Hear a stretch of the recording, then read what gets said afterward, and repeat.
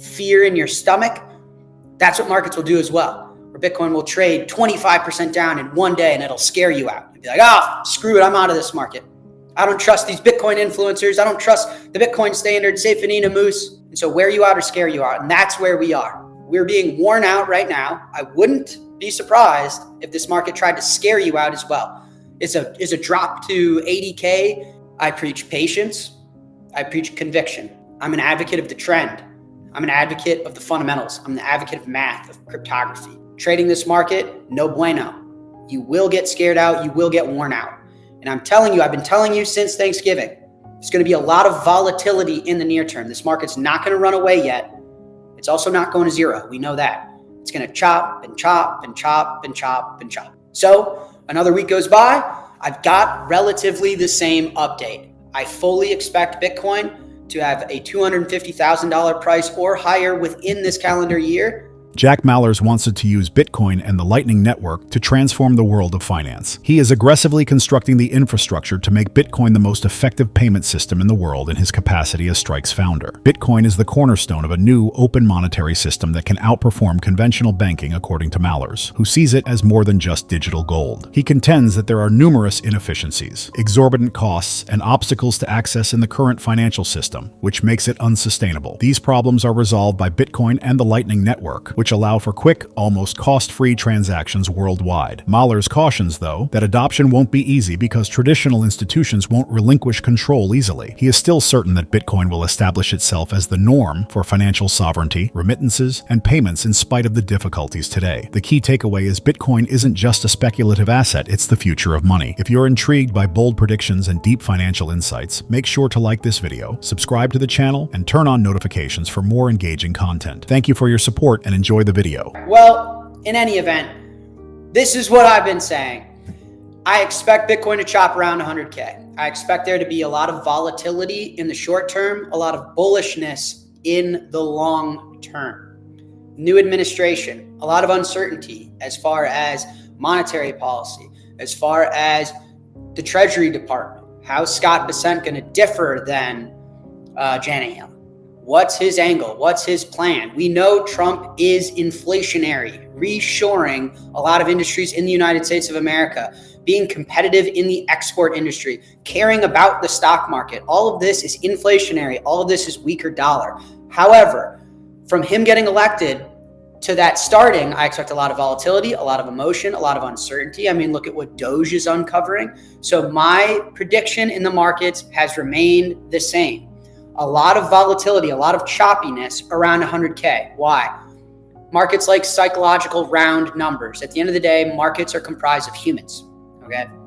Humans like round numbers. It's easy. 100K is a big psychological number. It's adding a new digit to the Bitcoin price. It's entering the six-figure land for Bitcoin. That's a really, really big deal. I've been in Bitcoin for 12 years. I remember when Bitcoin finally broke $100 and then $1,000 and then $10,000. $100,000 is a really big deal. I do not think it's going to be a short pit stop. I expect it to be as long as it's been. In the meantime, I expect a lot of volatility. Oh my God, Trump's going to have tariffs. Oh my God, no, he's not. Oh my God, our gold is missing. Oh my God, no, it's not.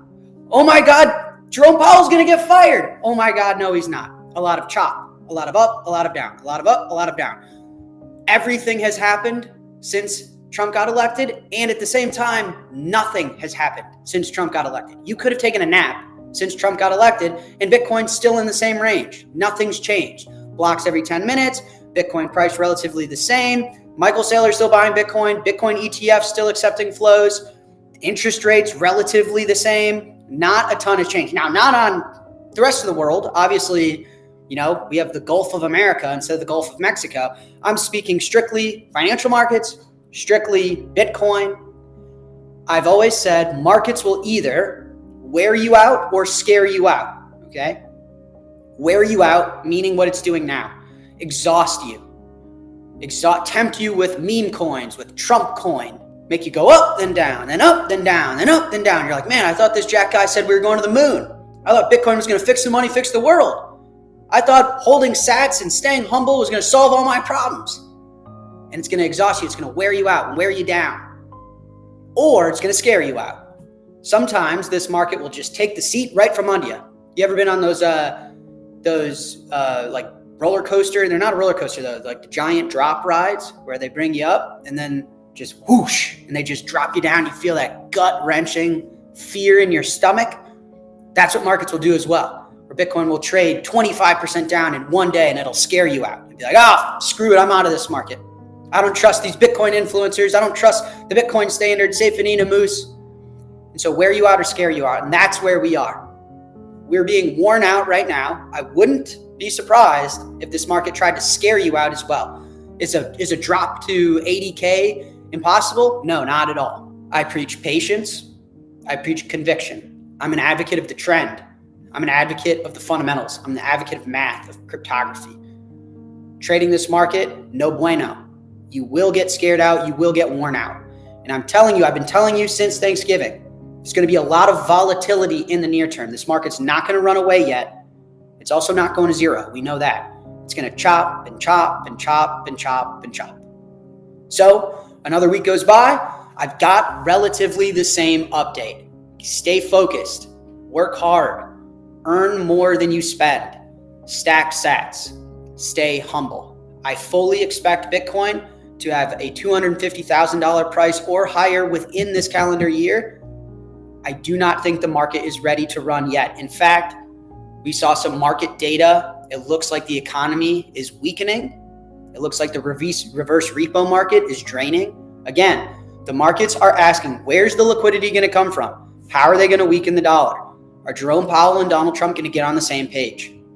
And there's seemingly a very weak economy progressing. Regarding the emergence of meme currencies, Jack Mallers has a clear thoughts. They are merely easy access gambling goods that drain the liquidity of other speculative assets such as Dogecoin, Ethereum, and Solana. In contrast to earlier cryptocurrency cycles when projects needed to provide intricate white papers and roadmaps to support their claims, meme currencies only benefit from popularity and buzz. This change in speculative activity, according to Mallers, the primary weakness in the majority of altcoins. They aren't actual money and don't have any long-term worth. Also, a quick reminder, only a small percentage of viewers are subscribed. If you enjoy deep dives into crypto and finance, hit that like button and subscribe. It's free and helps the channel grow. Now let's get back and hear what he has to say. Great. Okay. My one topic top of mind is meme coins. You've got the president of Argentina, Dave Portnoy, rug pulling, losing tons of money. It is outrageous. Just some of my thoughts on this. Listen, meme coins have product market fit. They're popular. Why? Because they're frictionless gambling. They're reducing the friction to gamble, to speculate. In fact, a lot of the reason I think shitcoins, Ethereum, Solana, Dogecoin, Cardano, a lot of the reason these coins are getting crushed is because all this liquidity of gambling, of speculating, is going into meme coins. You know, in order to gamble and speculate, you used to have to read a 50-page white paper and listen to Vitalik treat you like a fucking idiot by spewing all sorts of developer googly gawk on your head. You don't have to do that anymore. Are you going to read a 50-page white paper written by some weird-looking teenager that no one knows? Or are you going to buy Trump coin? Meme coins are simple. Do I know this person? Do I think more people will know this person? That's it. It is frictionless gambling. Let's be clear. There is no value accrual to any of these things, Ethereum or Trump coin. They're both meme coins. They're both shit coins. One made it really complicated, really complex. It was a Rube Goldberg machine. The other is intellectually honest and saying, this thing's probably going to zero. Do you want to gamble? All of this is extremely bullish for Bitcoin because the world is starting to see that there is Bitcoin and then there is everything else. There is a value accrual thesis to Bitcoin. It is distributed. Its monetary policy is fixed. Its supply is fixed. Its issuance is predictable. It's divisible. It's portable. You can secure it yourself in a self-sovereign way. It's global. There is a real value accrual thesis to Bitcoin. There is a mathematical and borderline physics, if you ask Michael Saylor, reason that Bitcoin's price keeps going up. All of these other things, there is not. They all trend to zero against Bitcoin. They are not money. And if you want the God honest truth, they are speculative gambling vehicles. And the reason meme coins are doing better than Ethereum is because they're being honest about that and they're optimizing for that.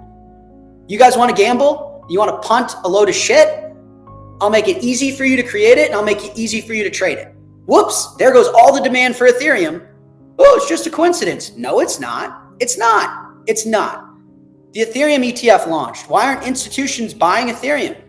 The same reason institutions aren't buying Trump coin. You understand?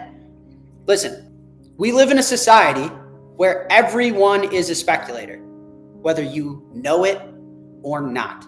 The money that you are forced to use with the threat of violence by your government, meaning the dollar, the euro, the pound, that money is losing value actively every single day. So it's not enough to just be a doctor. It's not enough to just be a teacher. It's not enough just to be a musician. You have to be a doctor and a speculator. You have to teach children and understand Japanese central bank monetary policy. You have to create art and music and actively manage a stock portfolio.